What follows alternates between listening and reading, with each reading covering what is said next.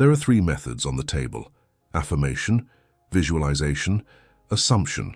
Almost everyone trying to manifest money is running one of the first two. Almost everyone running one of the first two is broke, and the small, quiet group of people who actually receive what they intend are running the third, and most of them could not even tell you its name. Today, I am not going to motivate you. I am going to do the math in front of you. We are going to put all three methods on the table like a cold accountant, and we are going to run the real numbers on each one. What it actually transmits, what it actually costs, what it actually returns. Because this is the conversation nobody in the manifestation industry wants to have with you. They will sell you affirmation decks and visualization courses forever, and they will never once show you the arithmetic, because the arithmetic is devastating. Two of these three methods never work. Not weak, not slow, never. They are mathematically incapable of producing wealth, structurally, mechanically incapable, the way a savings account paying 1% is incapable of outrunning inflation no matter how faithfully you deposit into it. Only one of the three works, and it is the one almost nobody is using, and the third method, the one that works, is not 10% better than the other two. It is a different instrument entirely, operating on a different layer, with different math. And the day you see the numbers clearly is the day you stop donating your years to methods that were never going to pay. So stay with me, because in the next half hour you're going to audit your own practice, find out exactly why it has not paid you, and learn what the people who receive are actually doing differently. The difference is not effort, the difference is math. Let us put the first method on the table: affirmation. The most popular manifestation method on earth, and the worst performing, and I want to dissect it, the way an engineer dissects a failed machine, without emotion, piece by piece. Here is what an affirmation actually is, mechanically: a sentence, spoken or repeated at the level of the conscious mind, that describes a condition you do not currently believe you are in. I am wealthy. Money flows to me. I am a money magnet. Now watch what actually happens in the system when you run it, because this is where the accounting begins. You say, I am wealthy, and your deeper mind, which cannot be lied to because it reads state and not vocabulary, instantly runs a comparison against your actual state. And your actual state answers, no, we are not. That silent answer is not nothing. That silent answer is a transmission, a real event in the system, a fresh reconfirmation of the state of lack. So look at the ledger of a single repetition. 1 unit of spoken wealth on the surface, 1 unit of felt contradiction underneath. And here is the detail that decides everything. The law does not respond to the sentence, the law responds to the feeling. The sentence is a deposit made in a currency the bank does not accept, and the contradiction is a withdrawal made in the only currency the bank has ever accepted. Net result of one affirmation, spoken against disbelief, is negative, not zero. Negative. You did not plant wealth and fail. You planted lack with excellent pronunciation. Now run that single repetition out to scale the way the gurus tell you to, because this is where the math becomes genuinely dark. They tell you to repeat it 100 times a day. Some say 500. Write it, chant it, sticky note it on every mirror. So take the arithmetic seriously. If one repetition against disbelief nets 1 unit of reconfirmed lack, what does 100 repetitions net? 100 units. The practice is not failing to work. It is working perfectly in reverse at industrial volume. The man doing 100 affirmations a day is running a machine that stamps, I do not have this, into his deeper mind 100 times a day, while he believes he is doing the opposite, and he will do it for years, because the visible effort feels like devotion, and when nothing arrives he will conclude that he needs more repetitions, and he will scale up the very machine that is burying him. And before you tell me about the people affirmations worked for, look closely at what actually happened in those cases, because the exception proves the mechanism. Occasionally, rarely, a person repeats a sentence in such a relaxed, unguarded moment that the sentence slips beneath the argument and is felt as true for an instant, and in that instant the state shifts and things begin to move. The words did not do that. The moment of feeling did. The affirmation industry has spent decades taking credit for accidents of state and packaging the accident as a product. The product was never the words. The product was always the felt moment the words occasionally stumble into, and there are far more direct ways to reach it than shouting at your own disbelief 400 times a week. Second method on the table: visualization. More sophisticated than affirmation, more respected, taught by athletes and executives, and I will grant it this. It is a better failure than affirmation, but it is still for almost everyone a failure, and the numbers explain exactly why.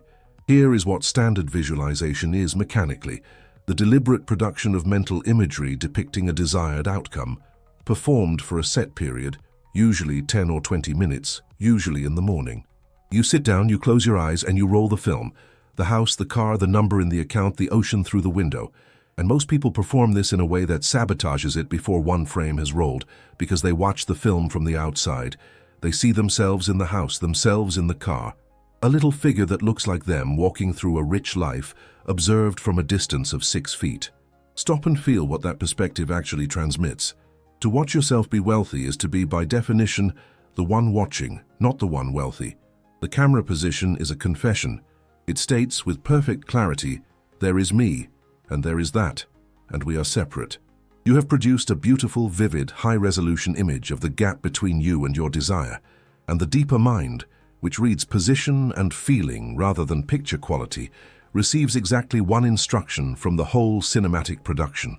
You are the spectator, and it prints spectators, people who watch wealth, from near it, beside it, outside it. The 3D is full of them, faces pressed against the glass of other people's abundance, and many of them visualize beautifully every single morning.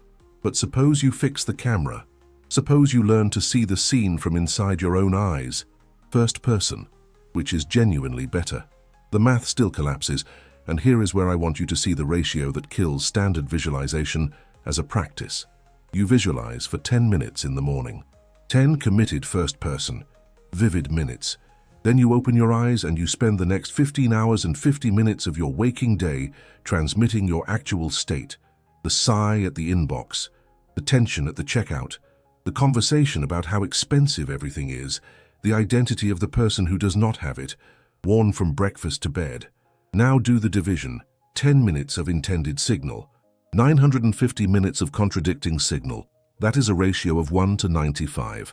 For every unit of wealth you transmit deliberately, you transmit 95 units of lack out of habit, and then you stand in the wreckage in December asking why the vision board did not work. No system on earth responds to 1% of its input over the other 99. The law is not ignoring your visualization. The law is responding with perfect fidelity to the whole day, and your visualization is a rounding error inside the whole day.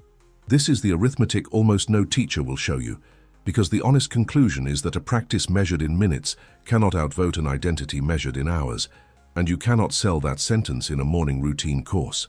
And there is a second cost inside visualization that the math has to include, a hidden fee that almost nobody itemizes: the discharge. Watch what happens honestly, inside the standard practice.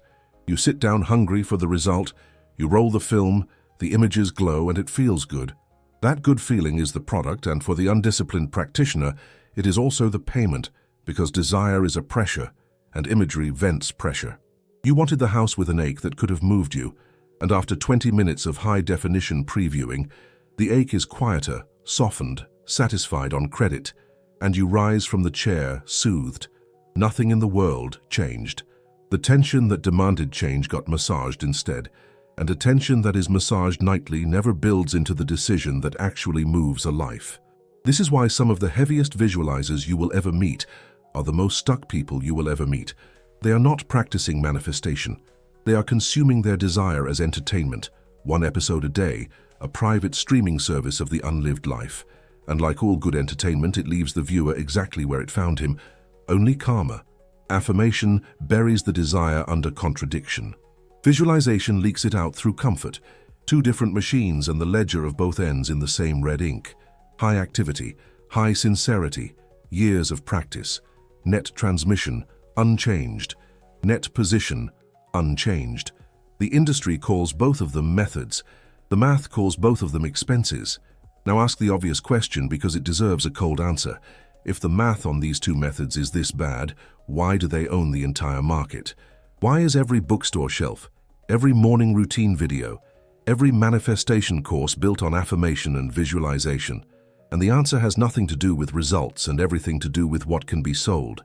Look at the two losing methods through the eyes of the industry, and suddenly their dominance makes perfect sense. Affirmation is a product.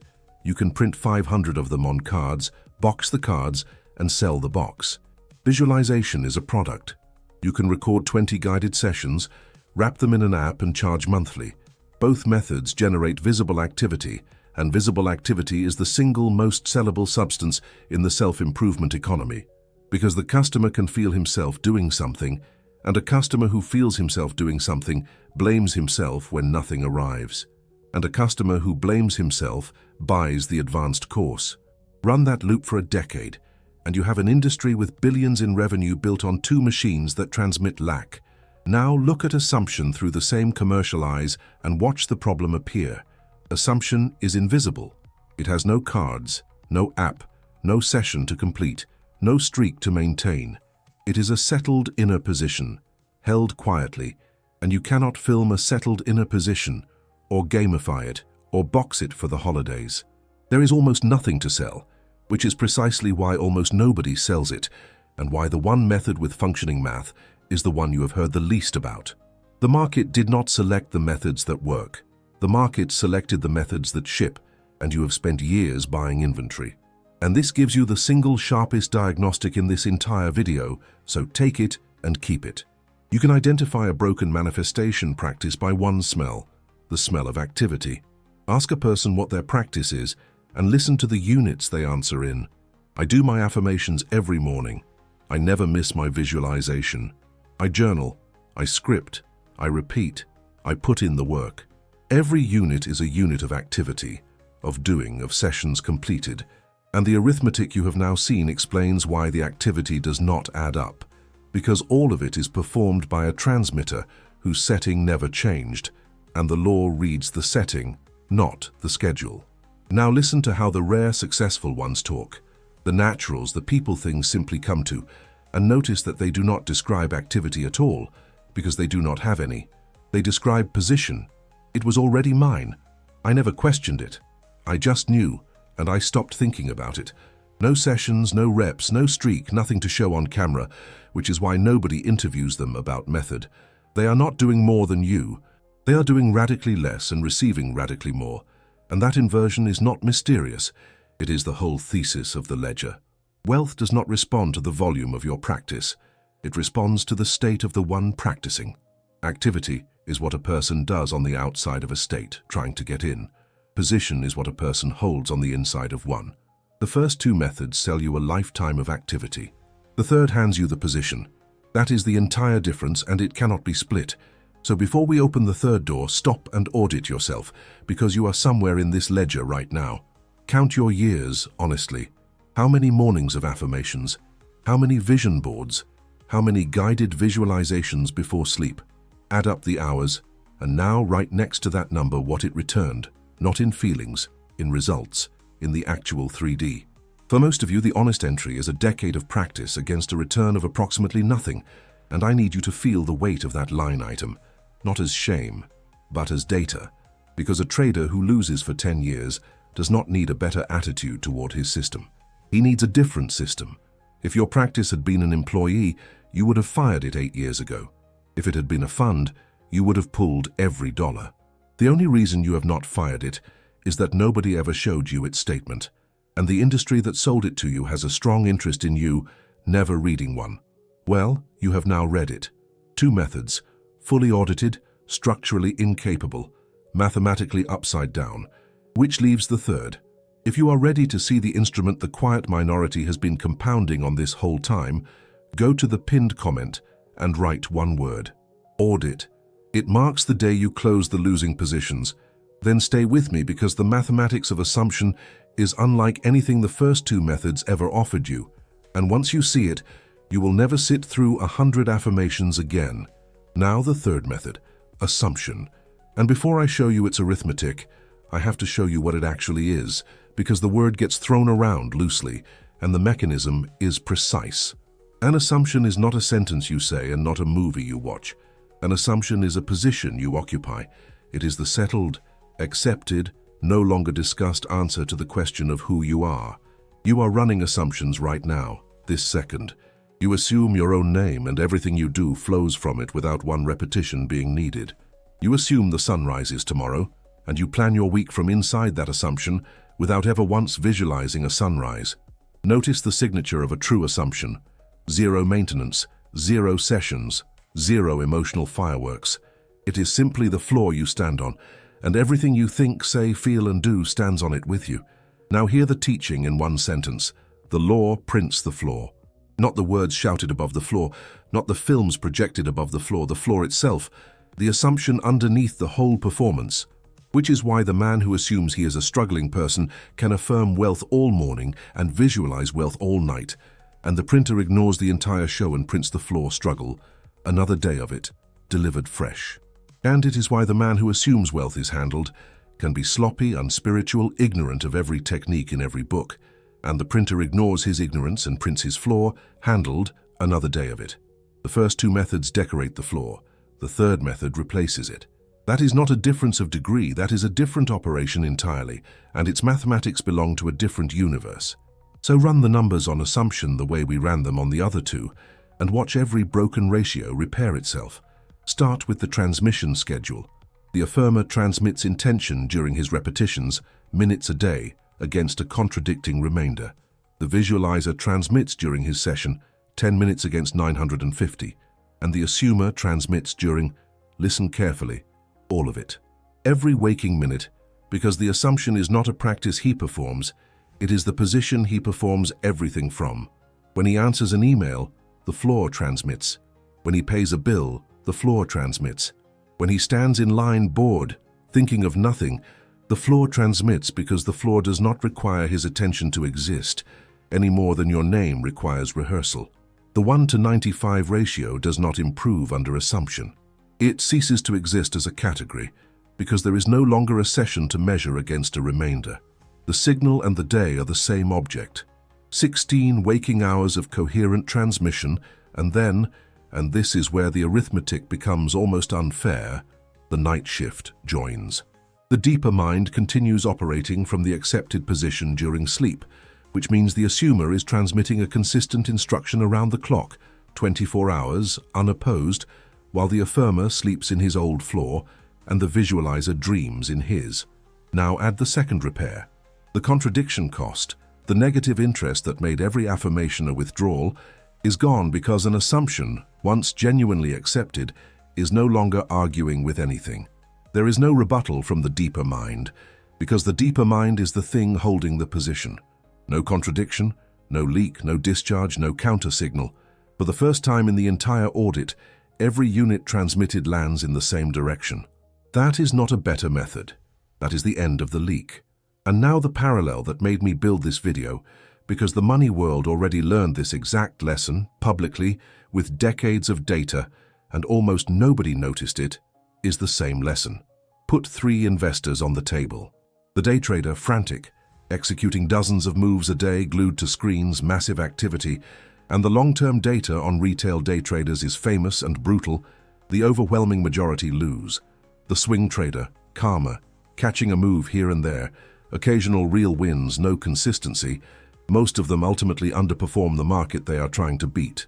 And the index investor, who does almost nothing, buys the position, holds the position, ignores the screaming of the daily market, lets compounding run, and over 20 years this boring, activity-free, unimpressive character quietly finishes ahead of nearly everyone who worked harder than he did.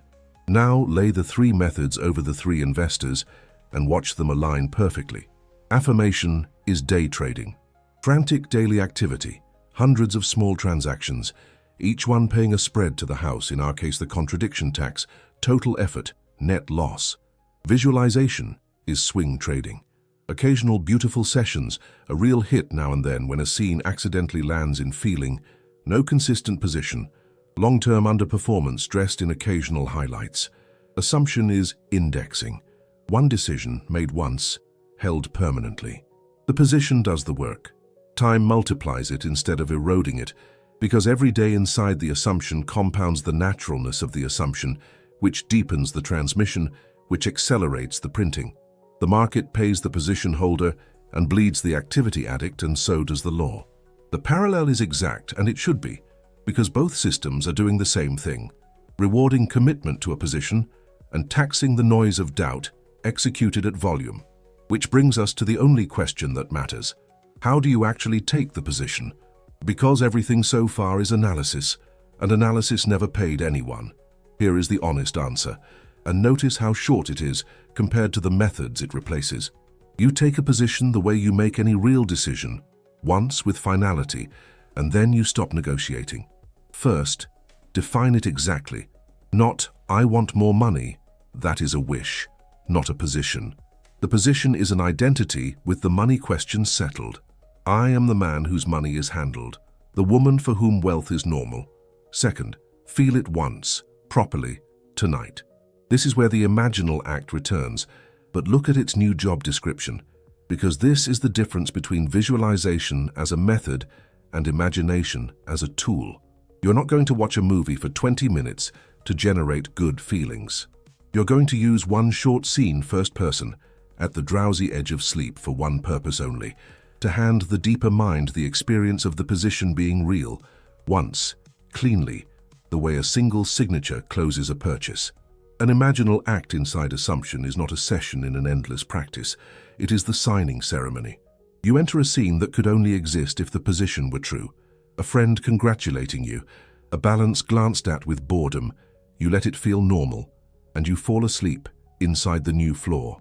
Third, and this is the whole rest of the method, you wake up and you live from it, not toward it. From it, every choice run through one filter. Is this what the man whose money is handled would think, say, feel here? Not perform for the neighbors. No announcements, no lifestyle theater, just the inner position held while the outer life goes on, looking briefly identical.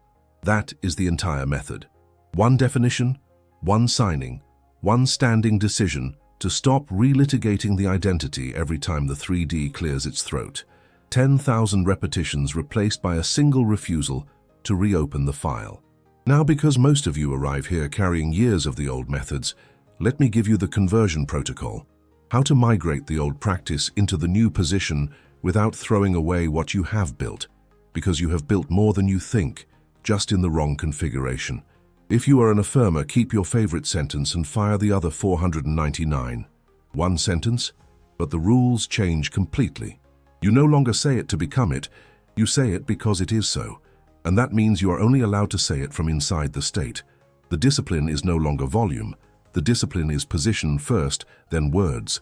Enter the feeling of it being done, even for 10 seconds, and then let the sentence fall out of that feeling once, quietly, like a rich man mentioning the weather, and stop. Spoken from the state, the sentence deepens the groove.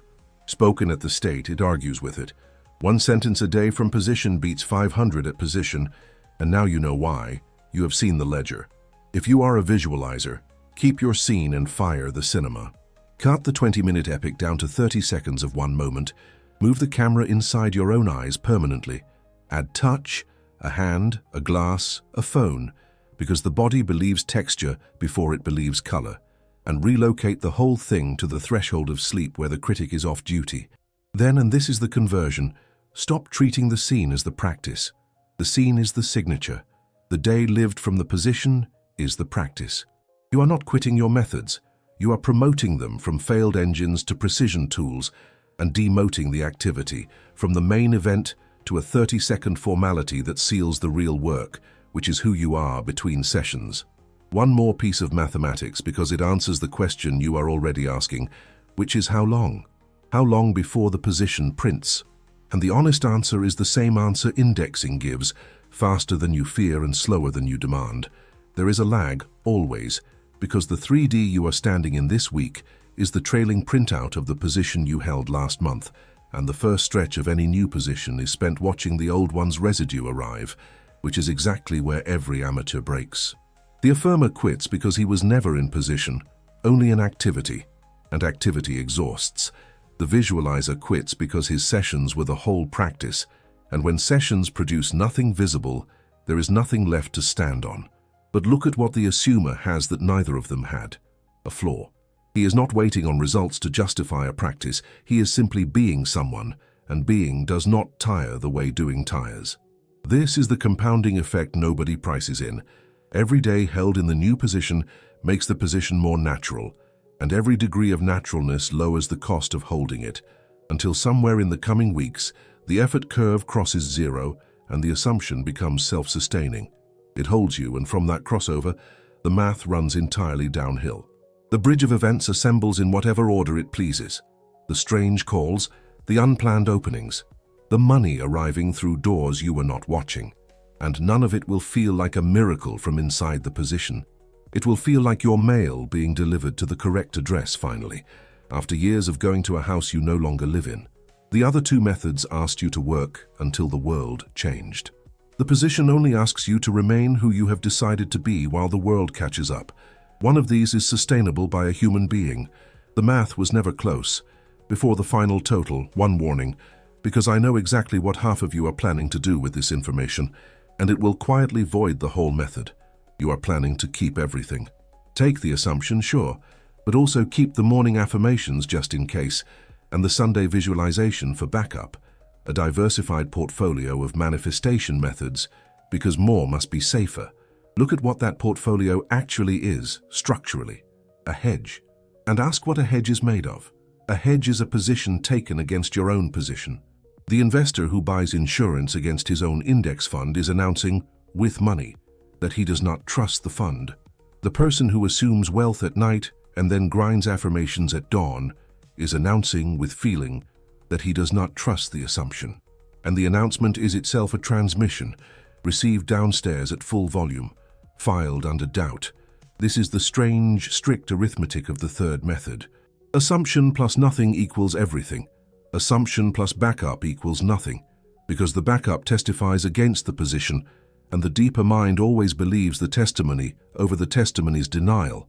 A man does not keep rehearsing his own name just in case, and the moment you catch yourself supplementing the position, you have located the exact spot where you have not yet taken it. So no mixed portfolio. Sign once, hold clean, and let the absence of backup be the proof to your own nervous system that the decision was real. So here is the full audit, closed and totaled. Affirmation, a machine that transmits the current state with better vocabulary, each repetition taxed by contradiction. Net negative at any volume, the day trader of the inner world, busy, sincere, and bleeding. Visualization, a machine that renders beautiful images from a spectator's seat, outvoted 95-1 by the unchanged day, discharging through comfort the very pressure that should have forced the decision, the swing trader, occasionally right, never rich. And assumption, not a machine at all, a position, transmitting 24 hours a day without leak or argument, compounding naturalness into inevitability, the index fund of consciousness, boring, invisible, unsellable, and the only one of the three whose mathematics ever pointed at wealth. You have seen the numbers. You will not be able to unsee them. And that is the point of this entire video, because the next time you sit down to grind out 100 sentences, some cold voice in you is going to say, net negative. And the next time you settle in to watch the movie of a life you are not in, it is going to say 1 to 95. And those two interruptions are worth more than every course you ever bought. So close the losing positions tonight. Define the identity. Sign it once at the edge of sleep, and wake up tomorrow holding instead of chasing. Then go to the comments and post your position statement, one sentence, present tense, the identity you now hold, not the outcome you are hoping for. I am the man whose money is handled. I am the woman wealth finds boring and inevitable. Write it once, the way you would sign a document, because that is what it is. And months from now, when the printing catches up, come back to that comment and reply to yourself with one word: compounded. The quiet minority has been running this math on you your whole life. Starting tonight, you run it on the world.